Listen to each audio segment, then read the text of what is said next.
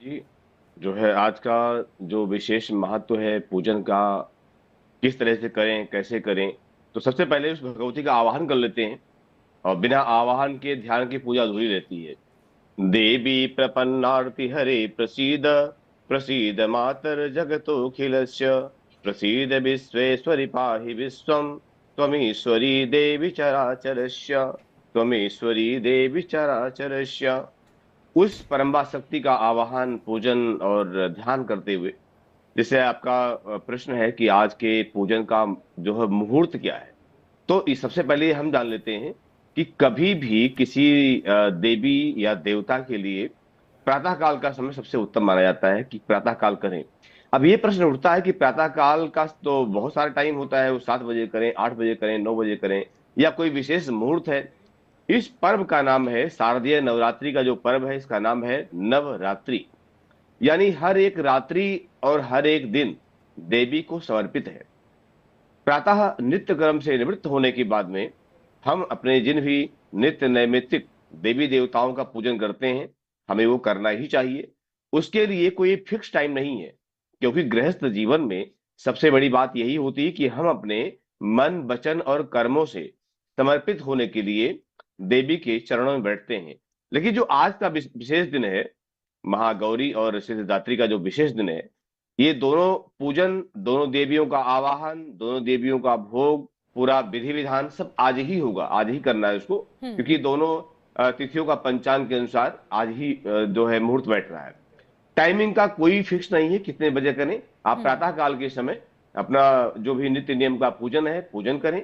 इसके बाद में कन्याओं को निमंत्रण दे करके कन्याओं का पूजन करें, और पूजन करने के बाद में अगर हाँ आप यज्ञ करते हैं, आप हवन करते हैं, तो आपको पहले पूजन के बाद हवन करके फिर कन्याओं को प्रसाद देना चाहिए। और अगर यज्ञ आदि नहीं करते हैं, तो आपको पूजन करने के बाद में आप कन्याओं का पहले पूजन करें, इसके बाद में इस तरह से। लेकिन आज पारण नहीं करना है, ये ध्यान रखें। कई बार लोग क्या करते हैं, गलती कर देते हैं कि अष्टमी का पूजन हमने कर लिया है और हमारा व्रत तो संपन्न हो गया। तो नवरात्रि है, नवरात्रि में अभी आज की रात्रि बाकी है, इसलिए आज की रात्रि संपन्न होने के बाद में कल के दिन 10:57 के बाद ही अन्न ग्रहण करना चाहिए। उससे पहले अन्न ग्रहण नहीं करना चाहिए, क्योंकि आपका आपका व्रत तो संपन्न नहीं हुआ है। ये तो बिल्कुल। विधान कन्या पूजन के लिए है, ये विधान देवी की पूजन के लिए, इसलिए वो पूजन करें आप, वो पूजन का अंग है, नवरात्रि के पूजा का एक अंग है, इसलिए वो करें। लेकिन आप स्वयं अन्न ग्रहण आज के दिन ना करें। तो इस तरह कुछ विधान जो है हमें अपनाना चाहिए। जी। ठीक, आचार्य प्रमोद जी आप बने रहिए हमारे साथ। नोएडा से हमारी संवाददाता खुशबू हमारे साथ बनी हुई है और लखनऊ से अखंड प्रताप शाही।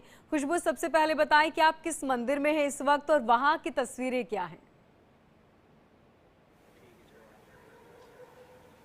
देखिए, हम लोग नोएडा की एक सोसाइटी में इस वक्त मौजूद हैं। देख सकते हैं यहाँ पे पंडाल लगा हुआ है और यहाँ पे थोड़ी देर में पूजा अर्चना भी शुरू हो जाएगी। हालांकि पूजा शुरू हो चुकी है विधि, और यहाँ पे साथ ही साथ हवन किया जाएगा। और यहाँ जो मूर्ति स्वरूप माता का बिठाया गया है यहाँ पे, और यहाँ पे पूरी सोसाइटी के लोग आएंगे और पूजा अर्चना भी धूमधाम से की जाएगी। इसलिए तो आप देख सकते हैं अभी तस्वीरों में पूजा की विधि शुरू हो चुकी है। पंडित जी लोग हैं, यहाँ पे पूजा की जा रही है, मंत्रों का उच्चारण शुरू हो चुका है। और यहाँ से हम लोग अपने दर्शकों को सीधा दिखाएंगे कि यहाँ पे कन्या पूजन भी की जाएगी। साथ ही साथ कन्या पूजन और माता का जो विधि विधान से पूजा अर्चना की जाती है वो भी किया जाएगा। तो इस वक्त हम सीधा नोएडा की जो सोसाइटीज़ में होती है, क्योंकि हम मंदिरों में तो लगातार दिखा ही रहते हैं, आज हमने दिखाया कि नोएडा जैसे दिल्ली और नोएडा जैसे जो सिटीज़ हैं वहाँ पे सोसाइटीज़ में किस तरीके से की जाती है,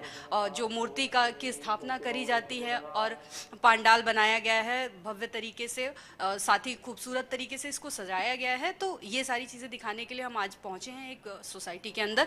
देख सकते हैं आप तस्वीरों में, और पूजा अर्चना शुरू की जा चुकी है। आज नवरात्रि का, आज अष्टमी और नवमी तिथि ऐसी है कि दोनों आज ही है, और आज ही कन्या पूजन किया जाएगा। जो माता सिद्धिदात्री हैं उनका पूजन होता है नवमी के दिन। आज हालांकि समापन भी होगा नवरात्रि, जो शारदीय नवरात्रि है अष्टमी और नवमी की तिथि है आज। इस बार भी कंफ्यूजन लगातार बना हुआ था, कहा जा रहा था कि जो नवमी है वो 11 को और 12 में कंफ्यूजन हो रहा था, हालांकि आज ही लग रहा है ऐसा बात। तो और आज ही कन्या पूजन भी किया जाएगा और आज ही। ठीक, हमारे साथ लखनऊ से हमारे संवाददाता अखंड भी बने हुए हैं। अखंड, वहां की तस्वीरें दिखाइए, किस तरह की मंदिरों में रौनक देखने को मिल रही है? देखिए, इस समय हम गोमती नगर, जो लखनऊ का सबसे पॉश इलाका बताया जाता है, तो उस गोमती नगर में सिद्धिदात्री देवी का मंदिर है। और सिद्धिदात्री जैसा कि नाम ही है, आज माँ सिद्धिदात्री की ही पूजा भी होती है। नौवां रूप है उनका, जो तमाम सिद्धियों को देने वाली हैं। तो इस माँ सिद्धिदात्री के मंदिर के ठीक सामने हम हैं। हालांकि लखनऊ अपने मिजाज के मुताबिक चलने वाला शहर है, तो ये थोड़ा देर से जगता है। सुबह इसकी देर से होती है, शाम अवध लखनऊ की, अवध चूंकि लखनऊ को बोलते हैं, तो शाम अवध ज़्यादा मशहूर रहा है। तो अभी सुबह ज़रूर हो गई है, लेकिन सुबह की जो रौनक है वो अभी पूरे शहर पे तारी नहीं है। तो ये सारा माहौल जो है, वो माहौल आपको ये ज़रूर दिखेगा कि मंदिरों के पट खुल गए हैं। जो बड़े बुजुर्ग हैं वो मंदिरों में दर्शन करने आ रहे हैं। उनकी दिनचर्या चूंकि जल्दी सुबह हो जाती है, लेकिन जो युवा वर्ग है वो थोड़ा देर से आता है मंदिरों में। आज हवन पूजन का भी कार्यक्रम है। माँ सिद्धेश्वरी दुर्गा का मंदिर है ये, और यहाँ पे और भी मूर्तियां हैं। भगवान भोलेनाथ के का विग्रह रखा है। इसके अलावा श्री राम जी का दरबार है, भगवान श्री कृष्ण और राधा जी का मंदिर है, तो भगवान बजरंगबली का मंदिर है। तो तमाम यहाँ पे मंदिर हैं। यहाँ पे साईं बाबा का भी मंदिर है। लेकिन इन सारी जगहों पे सिद्धिदात्री देवी का मंदिर, ये विशेष रूप से यहाँ पे 9 रूपों में माँ की पूजा होती है, और 9 दिनों तक चलने वाली पूजा जो है, अखंड, आज और उसका जिस तरह समापन धीरे भी धीरे होना है। दिन चढ़ेगा उसी तरह भक्तों की तादाद भी यहाँ पर जाहिर सी बात है कि बढ़ने लगेगी। हमारे साथ जयपुर से दीपक भी बने हुए हैं। दीपक, वहां की तस्वीरें बताइए कि वहां पर किस तरह की रौनक देखने को मिल रही है जयपुर में? देखिए, बिल्कुल मैं इस समय जयपुर के सबसे प्राचीन दुर्गा माता मंदिर में हूँ। यहाँ पर दुर्गा का माता का मंदिर है। अभी हालांकि माता जी का श्रृंगार चल रहा है, तो थोड़ी देर बाद जो दर्शन है वो खुल जाएंगे।